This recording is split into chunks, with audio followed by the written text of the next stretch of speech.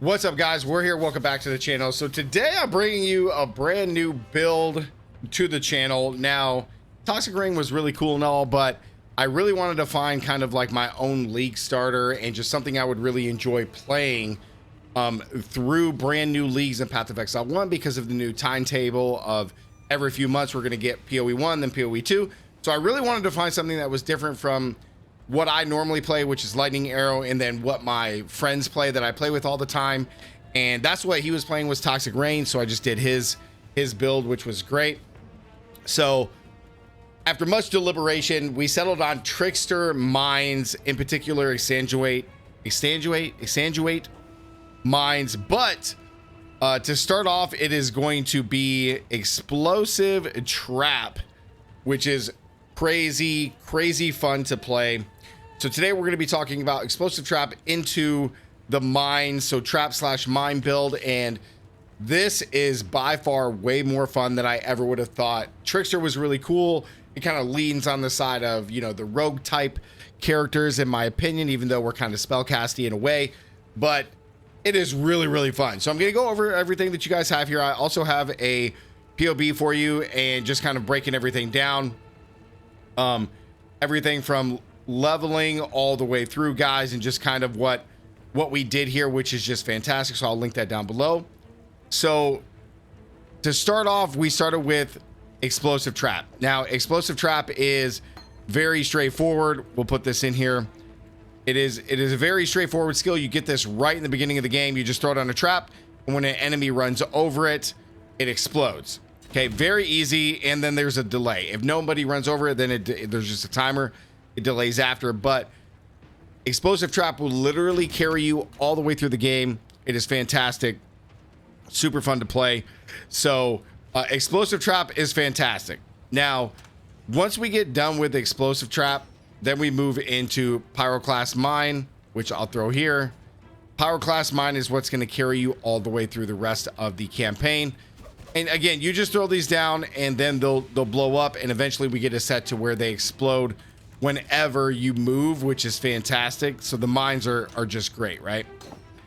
So we start off with Explosive Trap into Pyroclast Mine, and then we get into Exsanguinate. Now, I do want to do a quick little showcase here of the build and just show you guys what we're doing. We're just throwing mines and just clearing the screen. So we're going to throw some mines here. We're just going to destroy absolutely everything, and stuff's just going to die, right? Now, what's great about this skill is that it targets different enemies, right? So we're gonna pair this with Reap and just freeze enemies, kill them. Apparently these guys are just too strong. They don't get frozen. And the build is just so fun. You throw these and each mine is gonna one is gonna auto target, and two, it's going to target different stuff, which is why we can clear the whole screen. So for endgame mechanics like Legion or stuff that just, you know, is screen wide, like it just clears, right? And you can see that we move fairly fast here. I'm not even the fastest at it, but we do move really fast, and it's just super fun, right? Like the build is just really cool. We're still leveling things up too, by the way. But this is Exsanguinate Mines. It's very powerful, very strong. So let's get into what we have here. So we're going to be doing Exsanguinate Mines, right? Spell chaining. We got high impact mine support, charge mine support, as well as minefield support with cold pen. I'm only 5 linked right now. 6 link, we will be adding in crit because we are going to be a little bit more crit here, and the crit is just going to be great. It just scales the damage exponentially. All right, so we're doing that. We're going to be going through, we're doing Assassin's Mark with momentum support, faster attacks, as well as shield charge. Shield charge just allows us just to speed across the map. You're going to use this stuff all the way through the campaign, which is great with shield charge. It's fantastic. Our auras, we are doing Grace with Hatred. Hatred is just for more cold damage, which I'll get to in just a second. Then we're doing Automation with Detonate Mines, just to have the speed go, and just the first thing is just detonate. We're leveling up Trap and Mine damage support, as well as chain support, because these are going to be things that we're going to be adding in later. We got Frost Blink paired with Bone Chill, as well as Brutal brutality, which is just great. It's just added damage as we're moving through the map. Arcanus brand with Val Reap. Now Val Reap is going to be in here, which we throw this down. It's going to apply a crap ton of damage and just stacks, which is going to allow us to do even more damage over time, which gives us maximum blood charges, and we just deal even more damage. This is fantastic. Okay, so that's the skills. Now let's talk about some of the things leading into it, because the build is pretty straightforward as you're leveling with our skills. If we go back through, we're doing explosive trap with swift assembly, added fire and added cold damage through the campaign, flame wall and frost blink, which is great. Heavy flame totem. You don't really need these. You really only need frost blink. So you don't really need flame wall, and you don't really need heavy flame totem. I'll take these things out. And then as you're continuing to level, same thing here. Then we got summon skitterbots with Herald of Ice and Ash, more damage. Elemental weakness curse if you want to throw this on. Wave of conviction with combustion, which is fantastic for even more ignite chance and neg to their fire damage, because we are doing fire damage with explosive trap. Okay, it is fire damage. Even when we make the swap, it's going to be fire damage. And then we got flame dash for movement. When we go to pyroclast mine, same thing, it is fire, so keep that in mind. It is fire. So we're going to do this with the same stuff, but we're adding cold damage and charged mines. Same thing, we're going to add haste. You don't really need haste. You probably aren't going to have the mana for it. So what I would tell you to do is keep summon skitterbots and then pick between haste and grace, whichever one that works more for you. Elemental weakness for curse, wave of conviction still, frost blink, and then do your library. That way you can do shield charge with momentum and faster attacks. When you get this, you're just going to absolutely fly through the campaign along with frost blink and or flame dash. And then once we get to early maps, which is where I'm currently at with the build, we switch to extenuate mines, and we're going to add all this stuff in here. Reap is in here for bosses, but we're not really using Reap right away. We will be adding Reap later. The Val Reap is fine for bosses. As you guys can see, the damage is fantastic, so you're good to go. As far as items through the campaign, guys, it's very simple. You just want to get a goat horn or something which just adds fire damage to your attack and spells. I used a basic goat horn all the way through the campaign, never changed it. It was fine. If you can get a spirit shield, get one, because more spell damage equals more damage for our mines, which is great.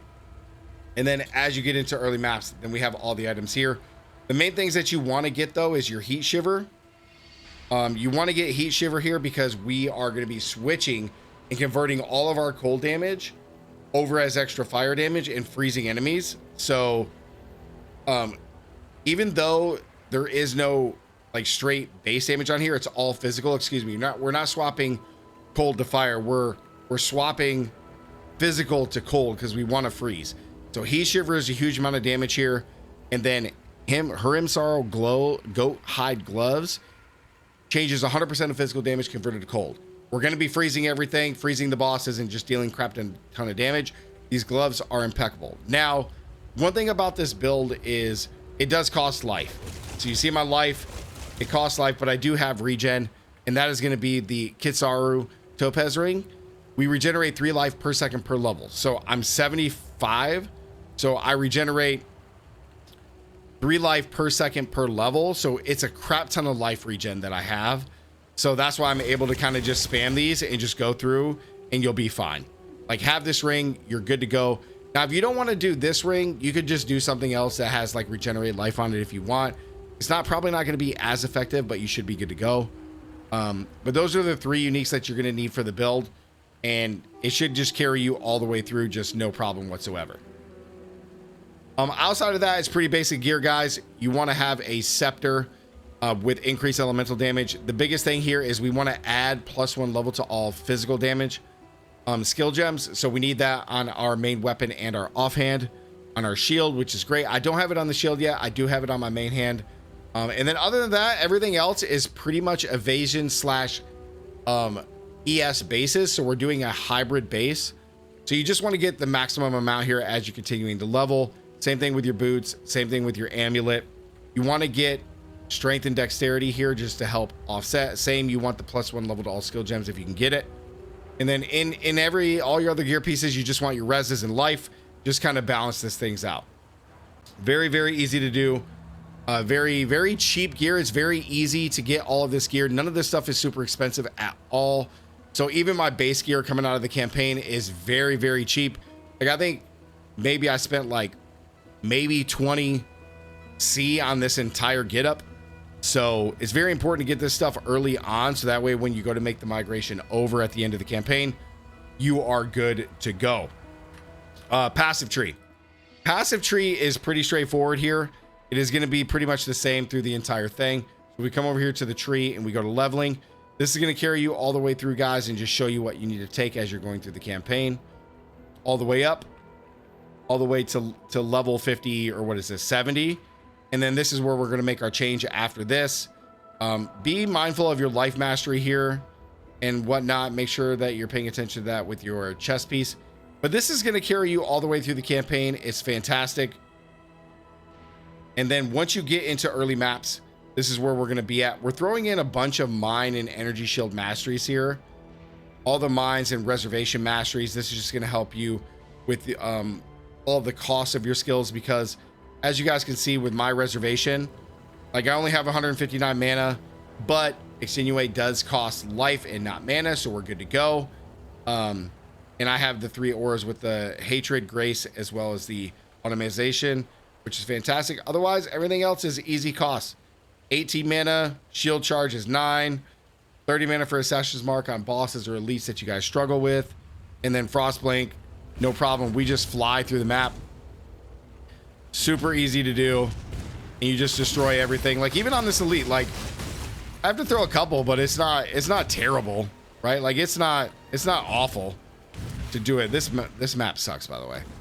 But yeah, you just throw these things down, you throw them, and they just delete the screen. Just great for screen clearing, great for just map farming.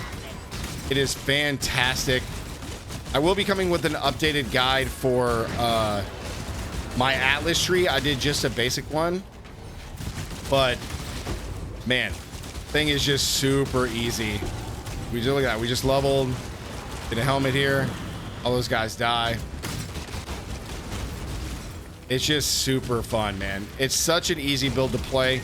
The shield charge is such a weird mechanic. Getting used to moving while I'm throwing these mines out, because the mines through the campaign are pretty slow until you get to the like late game of the campaign. Like when you get to like Act 5, 6 is really where you like start to speed up. But getting the timing down is just, and you see I freeze that elite, which just makes it so great. I want to get to the boss so I can show you guys how it works on bosses too, because the reap is so good here. Hit that. Oh, did I hit the lever? There we go. Because the Val Reap, even though Reap is really good for bossing, like once we get in here, I'll throw this down. Val Reap is going to do a lot of blood charges, which is going to allow us to do a crap ton of damage. So come on out. Fight us. See, I throw down my Reap, and then we just see him get deleted. I mean, so good. The build is fantastic, guys. So this is the mines through. Again, guys, I will have the POV down in the description. It has everything in there that you need, but if you guys have questions, feel free to ask me. I'm just now learning this build, so I may not have all the answers. So let me know down in the description if you guys have questions or anything like that, or if you guys also have suggestions for me with this build and how I can improve it. Please let me know. I'm very new to this build, and it's just been really fun to play. So yeah, let me know down in the description below. Don't forget to subscribe, guys, and as always, stay gaming. I'll see you guys in the next one. Peace.